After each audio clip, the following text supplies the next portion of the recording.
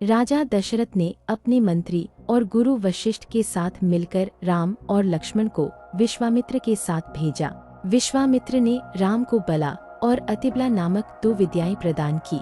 इन विद्याओं को ग्रहण करके राम का मुख प्रसन्नता से खिल उठा और वे भगवान सूर्य के समान तेजस्वी लगने लगे। विश्वामित्र ने राम को बताया कि ये विद्याएं उन्हें भूख, प्यास, थकान और रोग से मुक्त कर देंगी। इन विद्याओं के अभ्यास से राम राक्षसों के किसी भी आक्रमण का सामना आसानी से कर सकेंगे। इसके बाद वे तीनों चलते चलते सरयू नदी के तट पर पहुँचे। वहाँ उन्होंने रात में विश्राम किया। राजा दशरथ के ये दोनों राजकुमार जो राजसी सुख सुविधाओं के आदी थे, उन्होंने रात में कुश की शैया पर विश्राम किया।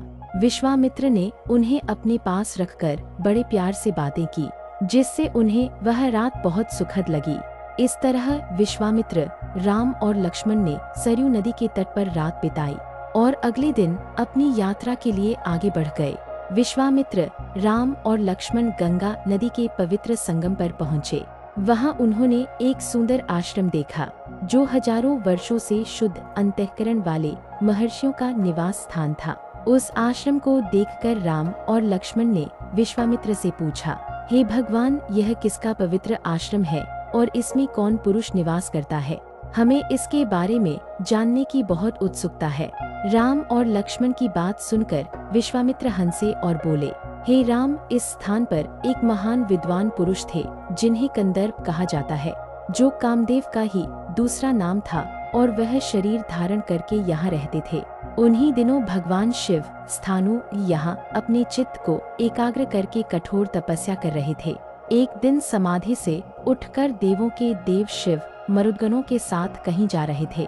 उसी समय दुष्ट बुद्धि वाले कामदेव ने उन पर कामबाणों से आक्रमण किया। यह देखकर महात्मा शिव ने हुंकार करके उसे रोका। भगवान रुद्र ने क्रोध भरी दृष्टि से उस कामदेव की ओर देखा।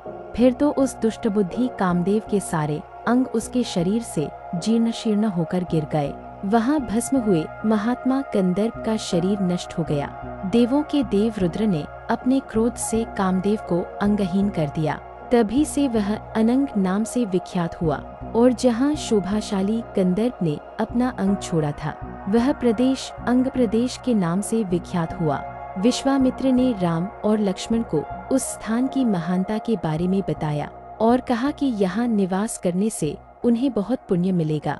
उन्होंने दोनों भाइयों से रात में यही विश्राम करने का आग्रह किया।